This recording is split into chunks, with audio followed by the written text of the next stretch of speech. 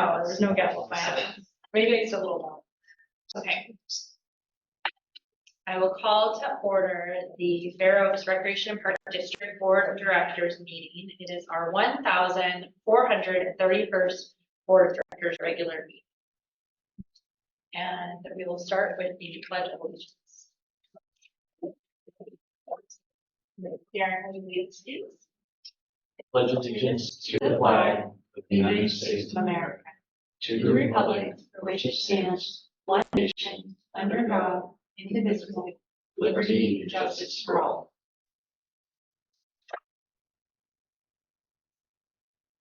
Before we do the roll call, please. Yes, Vice Chair Tamani. Here. Director Mounts. Here. Director O'Farrell. Here. Dr. Irwin has an excused absence. Waiting on Chair Parker.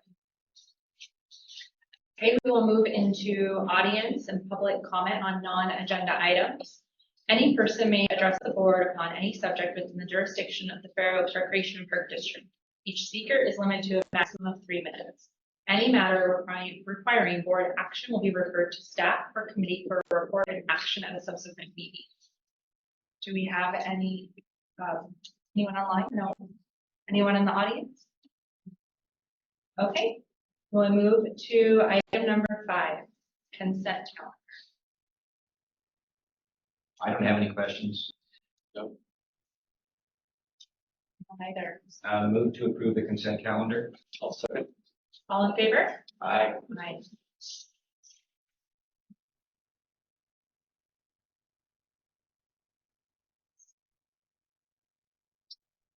Okay, we'll start with item 6.1 under new business, the monthly Fair Oaks Youth Advisory Board. There doesn't look like there is one this month. Okay. All right, then we will move to item 6.2, discussion and possible action on approval of fiscal year 24-25 capital improvement plan. That is yeah, Sean Ventura would be doing it. Oh, just for the glance, lost at the top. Sure, you Not a lot going on up there. All right, so capital improvement plan. Good evening, Board of Directors. Sean Ventura, Parks and Facilities Manager. We have up on the screen our proposed 2024-2025 capital improvement plan. This is our capital budget worksheet. You also have a copy in front of you. The capital improvement plan is a rotating 3-year plan. What you're seeing here is a proposed single year of that 3-year plan. All told, the budget for this proposed capital improvement plan cycle is $310,000. It is ranked in order of staff recommendation of importance here. Just quickly going down the list, item number 1 is the old library roof replacement and HVAC replacement and minor interior renovations. You've likely seen this item before. It is simple old library roof replacement. Staff has put temporary fixes on that, which won't last. We still believe it is a very valuable asset protection project. However, as part of that, staff is proposing that we replace the HVAC unit, which was installed originally in 1999. It is at end of life. And converting that space, seeing how the ultimate endpoint of the old library is still in a state of flux into temporary office building for our growing staff within the district. Item number 2 is an operational expense, an additional district vehicle. This is hopefully for when the facilities down here in the village open back up. We will be hiring likely another maintenance staff member who will have to commute from the maintenance yard up in Fair Oaks Park, and we are at maximum capacity for district vehicles. So enabling them to get back and forth to keep that in the A+ rating would be very beneficial to the district. Item number 3, an additional operational expense is a district master plan update. This was an update, or will be an update of our 2010 master plan. Pardon me. We are a little overdue on that. The staff recommends that we wait until the project down in the village is done to fully complete this, just so that every facet of our district that we have currently is operational and fit into this updated master plan. Item number 4, for revenue and additional services, tables for village facilities. This one won't really include the amphitheater, because we've already purchased as part of the project furniture for that building as far as tables and chairs go for the multi-purpose rooms. This will refresh the tables and chairs in the arts and crafts building, which is currently using very old fold-out white tables, and the clubhouse and potentially village hall. The clubhouse currently has some buffet tables, but primarily round black tables that are getting to be a little worse for wear just because people are rolling them to put them away and use. They pretty dinged up when people rent the facility. Item number 5 is, again, revenue and additional services for an additional trailer and barrier fencing for events. This would be for events down here in the village, events in other parks, Fair Oaks Park, Phoenix Park, primarily for enabling alcohol sales events, because we need to fence them anyways, and it's a constant rental cost for the district to have to be able to fence that off for our ABC permits. All told, those all together would equal $310,000. I do like to note here, just for clarity's sake, that we have an additional section, and Ian, if you would scroll down just a little bit, to our capital improvement plan budget worksheet. Sean, before we leave, Yes. and I meant to ask this when we had our subcommittee meeting with the Capitol. The last item, you explained that it was going to be enclosed, it was to be used to transport stuff back and forth, and then there's the barrier fencing. $30,000 for a trailer and the barrier fencing doesn't seem like a lot of money. Is the barrier? Could you break down what it is? You might be able to, Nick might be able to break down the fencing itself. We've seen enclosed trailers in the $5,000 to $7,000 range. Okay. So it's not extremely low for that. Yeah. I think it might be a little on the high side, but I have priced out the fencing myself. The barrier fencing ranges quite a bit depending on the product we're looking at. We are trying to find a product that's going to be mobile and easy to store. And that's kind of our biggest challenge is storage is limited, and the white baby fencing that you're familiar with, the plastic fencing panels, those take up a lot of room, and you need a sizable trailer for that. And it's just kind of cumbersome to move around. So we're trying to find something smaller that does the same purpose, but usually that's going to cost a little bit more money. So we're probably looking somewhere around $50,000. Have you been down on the bike trail recently? Going west? They've got the sheep on one side and they've got the goats on the other, and they're knocking down all the weeds. And that expensive looks really, really cheap, and it's also electrified. Oh, perfect.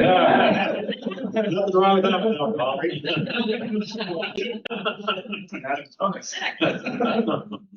Anyway, thank you. Any other questions on the proposed capital improvement plan for this year's cycle?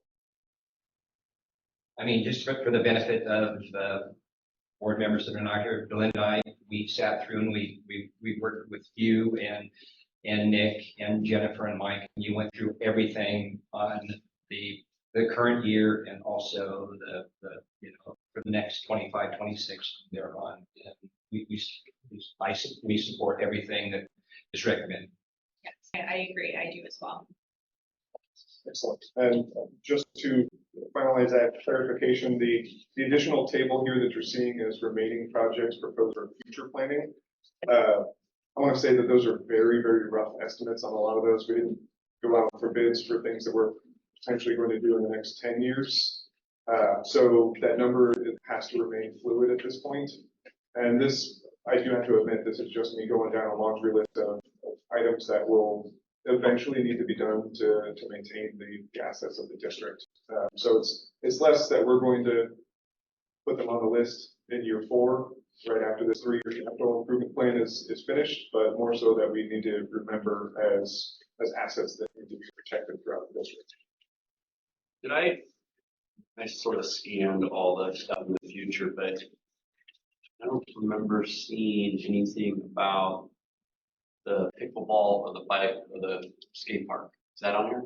It is not on there. You abandoned that idea, or? We did not abandon that idea. It's not certain whether it's going to stick to the capital improvement plan or if it's going to come from potentially Measure J, potentially other funding sources.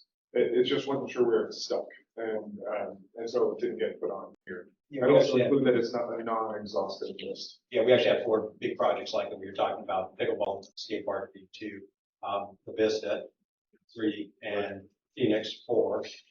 And we want actually 5 to look out in the community center, which has always been kind of, you look at our master plan, those things are there.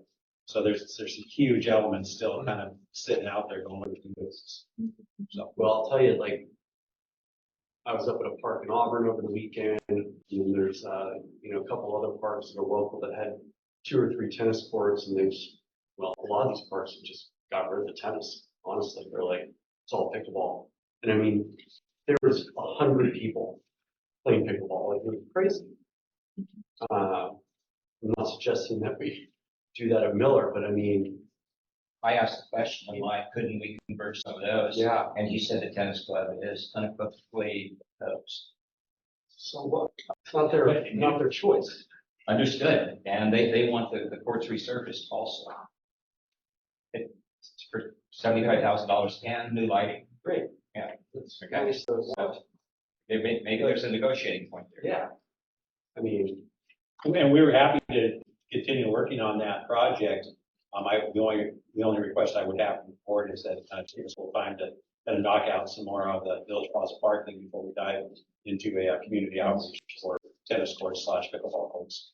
Yes, well, I completely agree, but it's going to take some work. I mean, I think it's one thing our district is missing. It's very high demand. I mean, there was a tournament going on at this little Auburn Park, and I mean, it probably brought in a ton of money too. So, Let's make sure that we figure out some way to finance both those things. have you done any kind of studies on like what the usage of all the Miller Park tennis courts are? I mean, do we have any idea? We had at one time, it's been quite a while. I don't recall the numbers. Right. It is something we can do.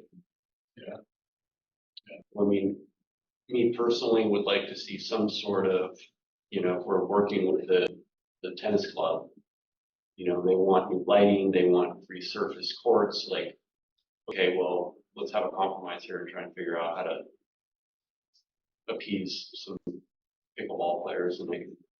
So Nick, they have them reserved every day. Not every day. I want to say it's probably about 4 days out of the week. It varies between the morning or evening hours, depending on what group is playing. So there's a dead time. I mean, is the public ever there playing? There is, the public is there, but there are definitely dead times out there. There's no doubt about that. Typically, especially in the summer months, anytime from 10 a.m. to 6 p.m. is probably a dead time. But during the day, typically they're pretty dead if you drive by there. During the middle of the day, mornings, I do see a decent amount of activity. Maybe about 4 courts being used in the early morning of the weekdays. Weekends are pretty simple. In the evenings, I would also say that they're pretty full as well. But I have actually noticed people playing pickleball on the tennis courts. They're not regulation lines or nets, but it's your recreational families and all just going out there and playing. Okay. How much does the tennis club actually pitch into these improvements? Well, it varies. Last time we got the courts resurfaced, if I recall correctly, they contributed about $10,000. Out of how much? 40. Yes. So about 25%. That's sort of standard. Standard community partners to. Yeah. 25. Yeah. If the resurfacing is not the big ticket item, it's So like it's gonna be the lights. $600,000, whatever it is. And I will note that the resurfacing on this was specifically from me, just because I know it's reaching that point where it's recommended to perform heavy maintenance and resurfacing. So they're more heavily focused on getting the lights updated to actual tennis court lights, and resurfacing is just because I know it's a maintenance concern that's going to be coming up soon. Right. Yeah, we'd be happy to investigate this further, bring it up to the board, see what kind of process we want to use. If that's something the board wishes. Yeah, I mean, I would like to, I think it's implied brought to me all the time, and every single park I go to has converted probably, I would say 50% of their tennis courts into pickleball courts. And literally, they're always full. I mean, it's a trend all over California. And, you know, we were down at Palm Desert for the week, and they had pickleball courts right across from where we were staying. There were people out there at 6 a.m. and they were playing until midnight. Yes. Okay. I mean, perfect weather. It is noisy though. It's noisy.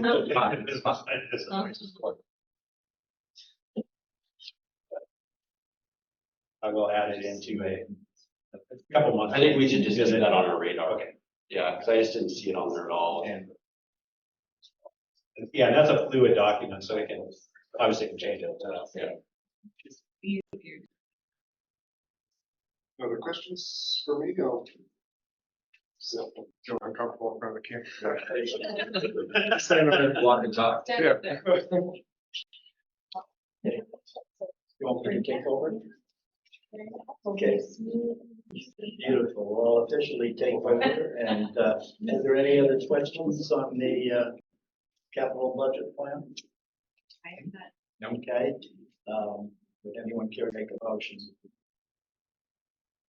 Your turn. I will make a motion to approve fiscal year 24-25 capital improvement. All in favor? Aye. Aye. Okay. Anybody opposed? It's unanimous. I apologize for my tardiness here. Next item here, the agenda here.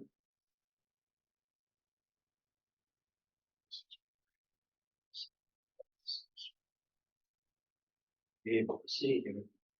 So the next item is 6.3 allocation of ARPA funds. Yeah, that's mine. What you have here in front of you is a request from staff for basically restricting some funds that we received from Sacramento County through the American Rescue Plan Act, or the ARPA funds. Those were COVID relief funds that the county received and that we applied for. Sean Ventura led us through that process in their application to Sacramento County.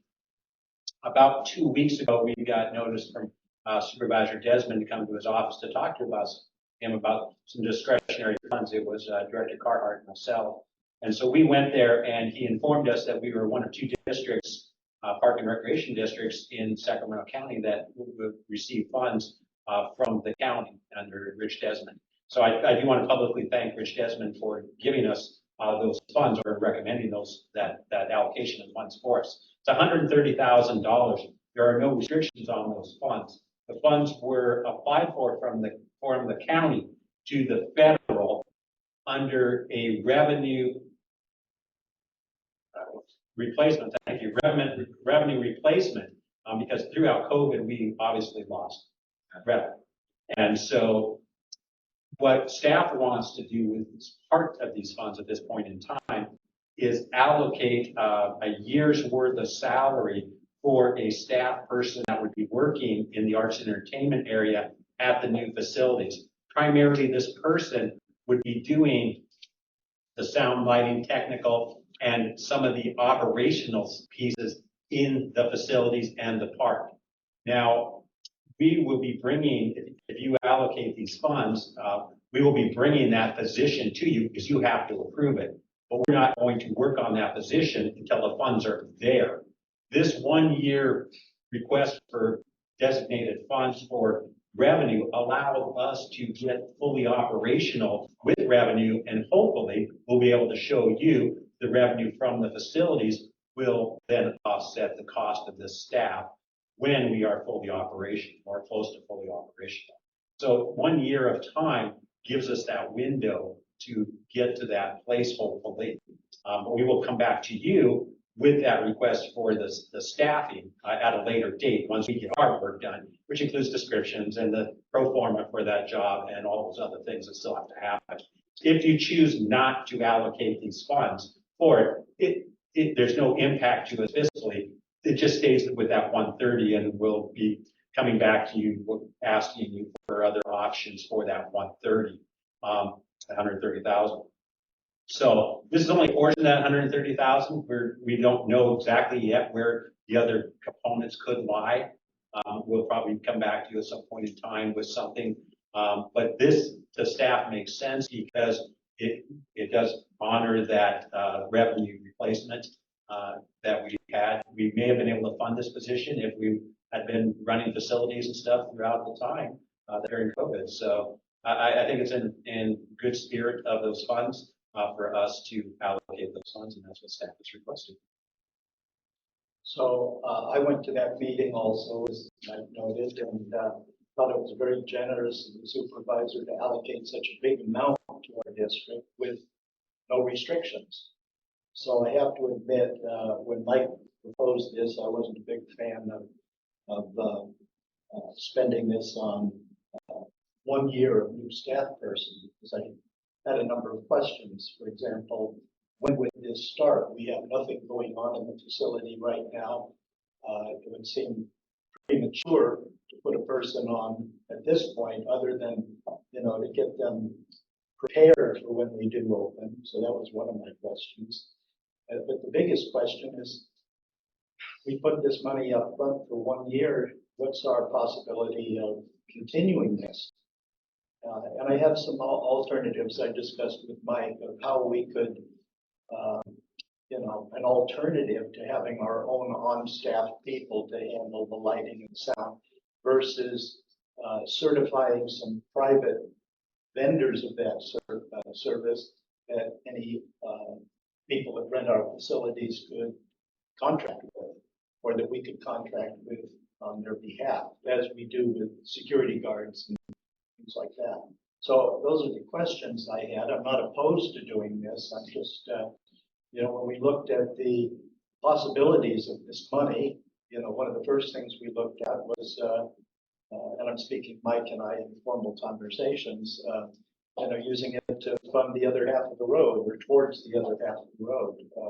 But that would basically be giving the money back to the county. So that didn't seem like a terribly good idea. No, the county needs to pay for the road. It's their obligation. Exactly. So that precluded that as an idea, and then we look at other things that we might need to complete our facilities there. We'll still have some 40,000 left if we approve this request. But I'll open that back up to the first question I had is to when we would get this person on board, so that we'd get the most out of that first year. Yeah, we don't expect to bring that person on board until about a month before we open. That gives them the technical time to learn the facilities and the operations of those new elements that we'll have, and then also to help with the facility rental times when we're bringing people in to see the facilities to rent. That person's going to be learning the ropes on how that's going to work, because they'll be taking parts of those duties. So that's what we anticipate happening. Again, the duties are going to come back to you still, but this gives us that 12 months from the time we bring them on to, it doesn't have to be this fiscal year. So because again, with no restrictions, we can carry these funds forward into the following year. So the only restriction that came to my mind was the fact this is 24, 25 funds that Rich is giving us. So we don't have to expend them in 24. We don't. I have a question for Dan. Isn't an expectation when you contract with somebody to do a performance, it's going to be turnkey? They're not going to have to bring in their own lighting people. They're not going to have to bring in their own sound people. It kind of varies. I think what we're gonna have to do is sort of a partnership with our renters and people that come in. It is norm in a larger facility that's more established to have all of those sort of supervisor positions. And here with someone working on a tour that comes into a performing arts center, they'll probably come with their own mixers, people that know their show, but the site and the facility will have a supervisor of some kind. So that's what this role would sort of be. I think in the long run, it'll help with damage and maintenance of home. Well, is it possible to hire a person with the skill set that has both lighting and tech and sound or Yeah. whatever? I mean, and it'll vary. They'll probably be better in one of those areas, but I hope that we'll have someone that has a sort of wide range. It's fairly common to have a supervisor position like that that knows a bit of everything. And then, yeah, we'll probably still have to rely on some other help from our renters and things like that in the long term, or just part-time workers, but. Is there, I'm just wondering, is there a revenue difference for us? Like if we have somebody in that position that's setting it, so we're gonna demand more from whoever is coming in Yeah. to pay because we're taking care of all that? Yeah, there'll be a scale too, if there's certain thing like, oh, if you need lights to be moved, that's gonna be an additional charge as well. Otherwise, use the simple light fob that we have, someone will be there to turn things on and turn things off. I don't think it's wise if we have this position and there are a lot of technical things to not have them there at all. I think it's partly it should be required to some of our renters just because we don't want them touching things that they shouldn't touch. But yeah, there can be that increase because we have this trained person on staff as well. Now, this would be a full-time position. It wouldn't be on demand. Again, we're gonna come back to you with that. Right now, our thoughts are, yes, that will be a full-time position. And that's what this amount of request is. It's based on an anticipated salary and the benefits. So I should have been clear on that. What is our anticipated revenue? We don't have that yet. That's why, again, we're gonna bring that into you with this position. We're gonna start that process. It's really important to what kind of salary we pay this person. To me, Exactly. off the top of my head, this seems like a very high salary for somebody. Again, this includes 33% of this is benefits.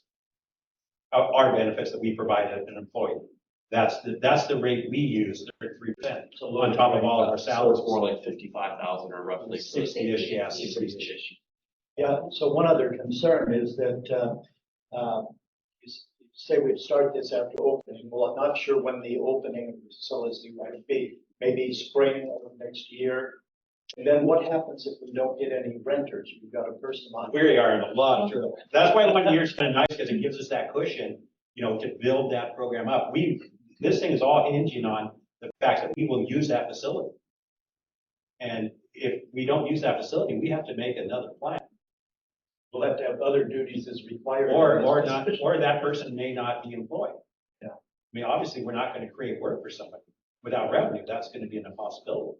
So we look at this, would it be a temporary, would they be advertised as a? It would be full time, but we would be clear with the person. Clear that it might. Yeah, I mean, that would be the only right way of doing things. Any questions? No. There's nothing, So what, do you want a motion to? Allow us to continue allocate, to allocate those funds. Okay. Specifically for a yet to be determined, position, for the arts and entertainment, based on sound and light. is this to allocate it or to, basically give you the green light to proceed on the assumption that we will allocate this when you come back to us? As long as the money is officially allocated, then we can go forward with confidence, knowing that we have 1 year to make this position this. And at this point. And if you don't like the position again, this is all we want. Okay, and at this point, we don't know, we don't have any other tentative things that we might want to allocate the 40,000 to, or even 130 if we. No, there's nothing at this point in time. We, as management team, we'll probably start discussing it. Bring it to the board, and who knows what. I'd like to just wait, just because I don't know how things. For an example, a concessionaire that we may want to bring in, maybe that's something that we would want to help seed to get the process for a concessionaire in that facility. Again, a revenue operation, allows us to go. So not sure yet. So this just locks the funds up so we can't use it for anything else. Exactly. In the meantime. And Exactly. what's the benefit of that again? Well, we know that we have the funds for 1 year for that salary. That helps a ton in terms of taking the pressure off of making this thing fiscally successful on day one. It's going to take us a little time to be fiscally successful. And we can't hurt our operating budget while we're getting there. That's a negative. So when would you expect to come back with us for the actual approval to go ahead? With a position, Yeah, anywhere between a month and two. that quickly. From now? Yeah, probably, yeah. But we started working on the pro forma, right? And then we wouldn't hire this person until like this time next year? Or I know it would February. be, yeah, it would be the end of this year. when do we plan on having the amphitheater open and operational? That's not just the amphitheater, black box, The clubhouse, whole thing, like, clubhouse, everything.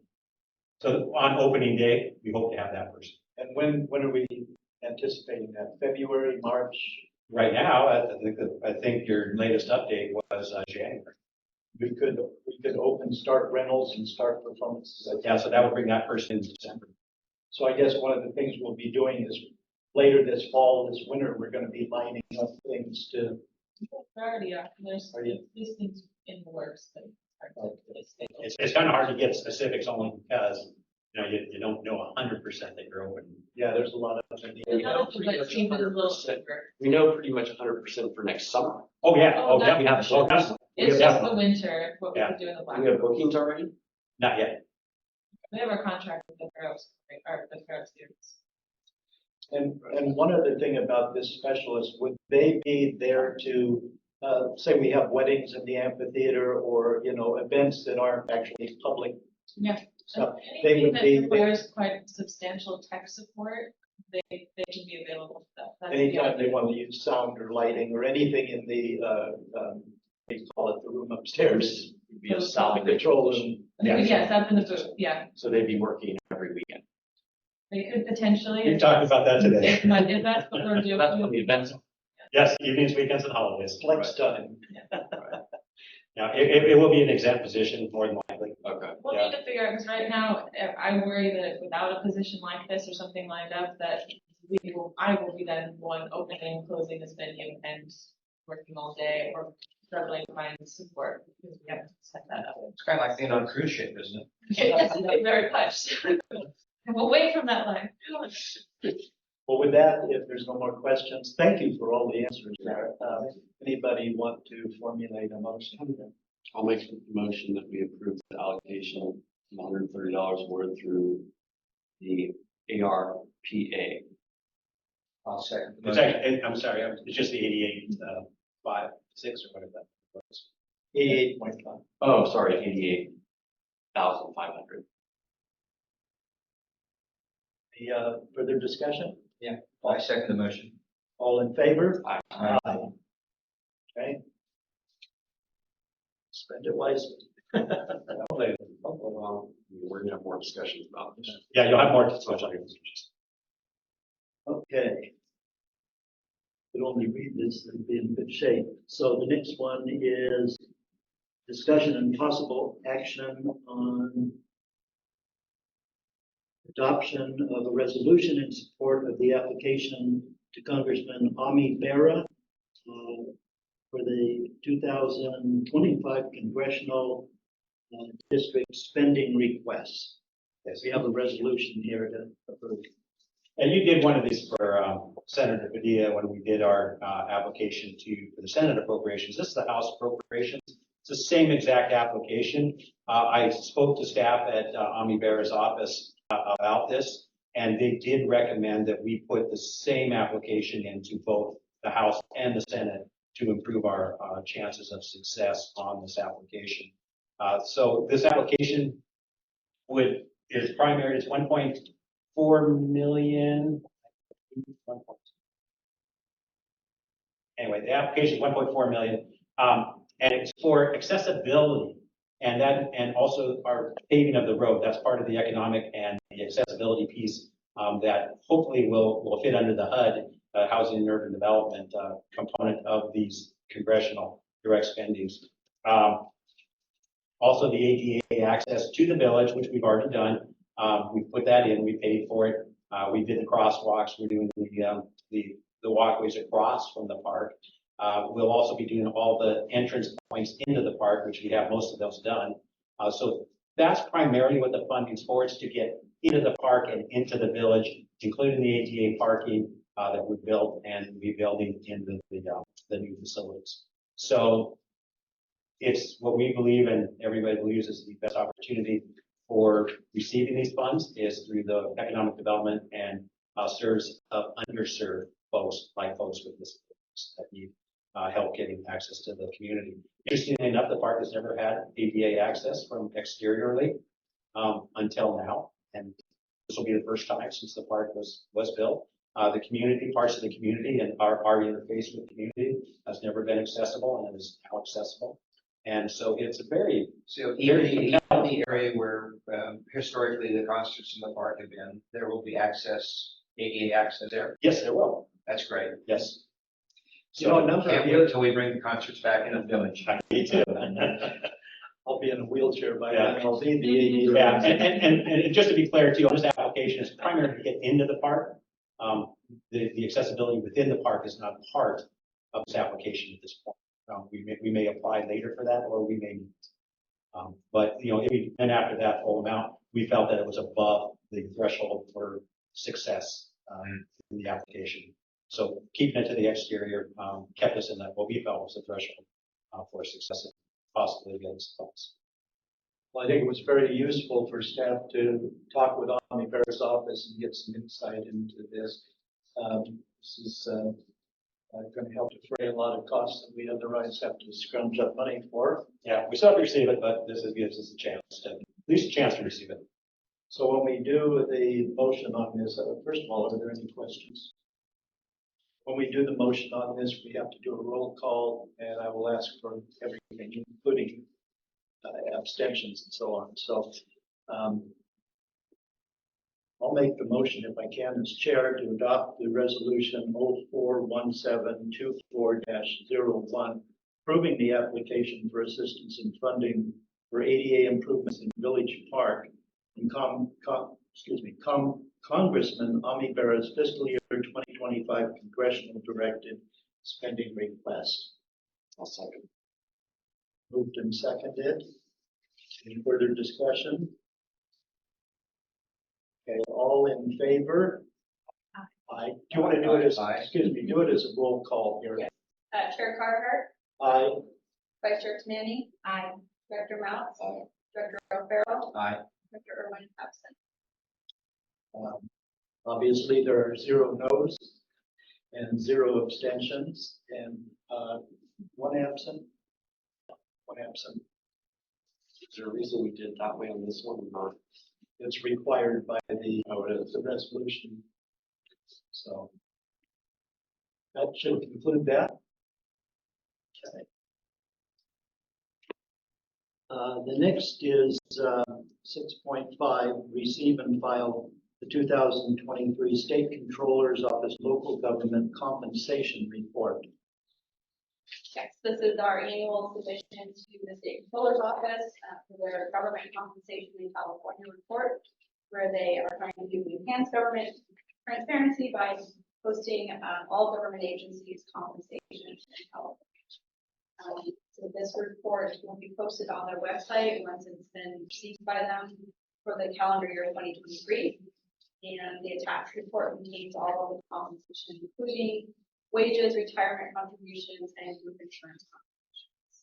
And we just bring this to you so that you have the opportunity to review and ask questions or make comments before we submit it. Thank you. That was something required by the bad behavior of some Southern Californian cities a few years ago. And the legislature stepped in to, Well, and there were a couple of fire districts that were caught as well. hopefully not locally. Yeah. Oops. Anyway, this will keep us all local agencies and districts straight and narrow. No motion required. We'll move on to item 6.5, which is discussion and possible action on nomination for the California Association of Recreation and Park Districts Board of Directors. All right, so this one is if you choose to nominate someone to the CARPD Board of Directors. CARPD is a nonprofit that does a lot of work on behalf of the Parks and Rec districts in California. They've got a couple of joint powers authorities where we purchase our workers' compensation insurance as well as our liability insurance. The Board of Directors is made up from elected officials from the member districts and general managers or district administrators as well. So if you would like to nominate someone for one of the open positions, you just do that and then I'll send a resolution. Have we had a member from this district previous that you recall? The last one was Sam Crawford, I believe. I don't know if he actually was voted in, but he had a nomination. Always nominate Rick and James. Is anybody on our board interested in this? To get your fingers Well, I in? mean, so there will be a statewide vote on whoever's going to be selected, correct? Okay, so the odds of somebody from Sacramento County being picked, at least from this area, are probably slim to none, but it's There is one on there right now. Yeah, there's currently one For for Nova. Rancho. Rancho has had one. They have one for. Okay, So this is just to make nominations, not to recommend somebody outside our own board or Right, nominate you're not somebody. voting yet. It's just if one of you would like to. But I mean, we could nominate somebody. I nominate Board Chair Ralph Carhart. Yeah. No seconds, please. I might just not show up. Okay, well, if there's nothing from the board, then we will close that one. We don't need a motion. So we can move on to board and staff reports. And first thing would be any reports from our board of directors here. Nothing to report from me. I do not have anything either. I do not. And for once, I do not have anything either, so we'll turn it over to reports from staff. Mike? All right. I will, Sean, and I think that you want some information. Sure. Good evening again, Sean Redfield, our facilities manager. I just wanted to provide an update. We had a public comment last month that expressed concerns over a lack of communication between the district and the community on the status of the construction over in Village here. We heard you loud and clear. You told us to fix the problem. We believe we have gone a good deal towards fixing that. We have rekindled the bi-weekly updates that are posted on our iCityWorks website. Nick Davison has put together a great set of metal signs that we've hung on our fence in a couple of areas around the construction site, which has a QR code that you can scan and get updates through that. We have also updated our website to reflect a little bit easier approach to finding more information on what's going on over at the construction site as well. We will continue to do those bi-weekly updates and update iCityWorks, and we now have a couple of different avenues that the public can reach that and see what's going on and get up-to-date information. So how large is the net? Is it just the village or does it extend out into beyond the village? As far as those signs to get updates, those are just, I mean, assuming you're meeting with the village businesses? Alphabet? Yeah. Yes. Oh, through FOVEC? Yes. Okay, so FOVEC hosts, right? Right, through those monthly updates. Okay. those are also posted to our Right, website. so anybody else who lives outside the village would go to the website or look at one of the signs and be updated that way. Okay, that's great. So I really appreciated the report that Mike forwarded to me on the update. This has been a 2 or 3 weeks ago. I even posted it on my Facebook page to answer a lot of my friends' questions. It was very well written. Thank you.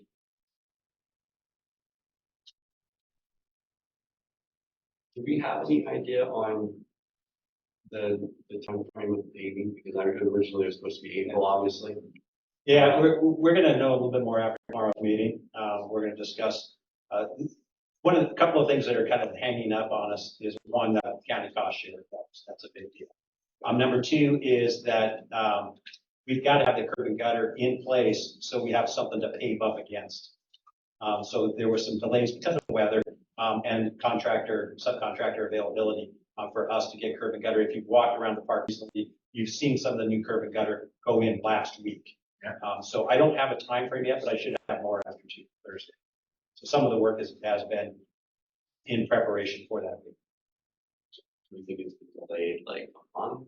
I would try and venture a guess. It will happen. Availability of contractors out. Was that? It was decided that we had to take that oak tree out, right?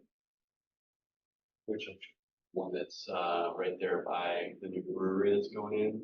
that's on the other side of the street, so we will not be touching that.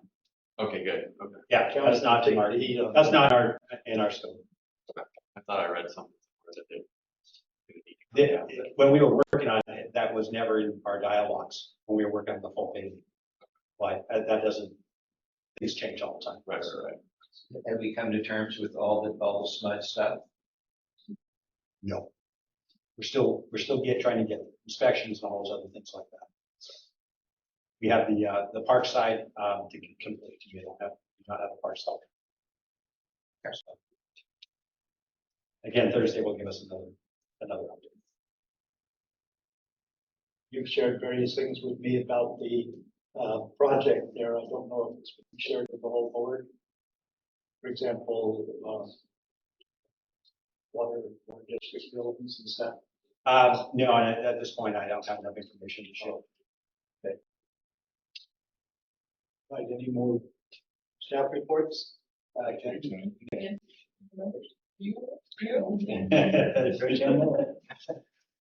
board directors, Nick Davis, the recreation manager. Since our last meeting, we had our Easter extravaganza event at the end of March. It went on with great success, minus the rain that we had that day. Unfortunately, hampered a little bit as far as the attendance. Attendance was down a little bit since previous years with that. But our modifications that we made to the ACONs went over very well with the community. The feedback was very positive. We weren't too sure how it was going to be received. Everyone that we spoke to actually really appreciated the new format. And I think it made it a lot more enjoyable for all ages and participants in a more safe manner. So staff did a tremendous job with that one. And then coming up this Saturday, we have our Kids Art Festival, which is in conjunction with the San Juan Unified School District. And that's I believe from 10 to 2 at Fair Oaks. Like that. The extravaganza was good. I got there just as the rain was breaking. Yeah. And I did talk to almost all the vendors that were there to see how they felt. And it was all very positive. Yeah. What they told me. Yeah. So it was still a great event, even with the. Even when it was still a good turnout, people still came out. It just wasn't maybe the numbers that we are used to for that event, but it was still substantial. That's good. Thank you. Just for good marketing, I believe the event starts at 11. 11, but thank you, Sean. Appreciate that.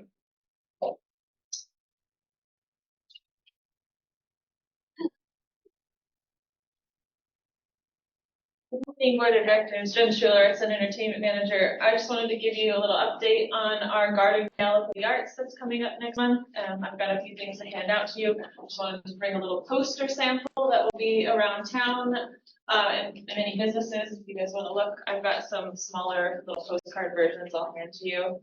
And then I wanted to kind of walk you through the website just so you're aware if anyone asks you guys about information on the garden. This is our website, Grouse Recreation Parks. You can go on there. There's a button that you can click to go to our external website where you can buy tickets. But these are samples of the postcards that are getting mailed out to everyone as well. If you want that. But yeah, we still have tickets for sale. We're selling pretty well, but I wasn't here last year, so I'm not quite sure. I think it's mixed a little bit. I heard it was faster sales, but we're about 4 weeks out from the event right now, and we probably have about 50 more tickets we could sell for the dinner. So if you know anyone that wants to go, or you yourself wants to go, I know Delinda, you already bought your tickets, so very quick, appreciate that. And Ralph won't be in town, I'm gonna but sell out, I know it. like I had to get in there. So yeah, that is my one plug for that. Also, we have letters that have gone out to people that we think might have donations. So that's what I'm handing you guys now, as well as our sponsorship request letter. So if you also know of anyone that may or may not have something interesting they would want to donate for auction, as well as someone that might want to be a sponsor for the event. So we're still accepting those as well. You gave me some. I did. How many copies of it? If you want more copies, let me know too. I can make them and have them available at the office or find somewhere to drop them off. All of this information is on the website as well. And links to this are on our Instagram for the Fair Oaks Parks and Recreation Instagram. We have an Instagram for the Fair Oaks Performing Arts Center now that's also linked in there. We also have it linked on the Facebook page as an event as well. And I'm asking all of the companies and businesses we're partnering with to start promoting as well. So Shangri-La will be doing appetizers, so they've promoted Forest Brew Pub will be serving beer. And I did confirm that Element 79 will be our wine sponsor this year as well. So that's my updates. Did you said are these being These mailed? are being mailed out, yes. All people in our district? So not everyone in Fair Oaks, but your business list, as well as a selection of our subscribers from the district as well. So as many as we I don't could know afford. if you mentioned, how early can we buy tickets? You can buy them now. They've been open for weeks, but yeah, anything now will be selling tickets pretty much up until a week beforehand. Okay. Yeah, and there's a cocktail hour ticket as well as a dinner and cocktail hour ticket in case you just want to come for a little bit or don't want to spend as much money. So So if you buy a cocktail ticket, you can have twice as many cocktails. sure. And you buy a dinner ticket. Well, everything will be complimentary, so that also helps. That's all I have. Yeah. Thank you, very good, very good. Okay, any other staff people? Jim? Ian? Okay, by the way, how many, do we have people on, We don't have anybody in the meeting with us, but I believe we had a couple people watching on Facebook. okay, okay. Well, with that, I'll entertain a motion to adjourn to the meeting of May 15th. So moved. Second. Go ahead, I second. was gonna say, I second. All in favor? Aye. Thank you.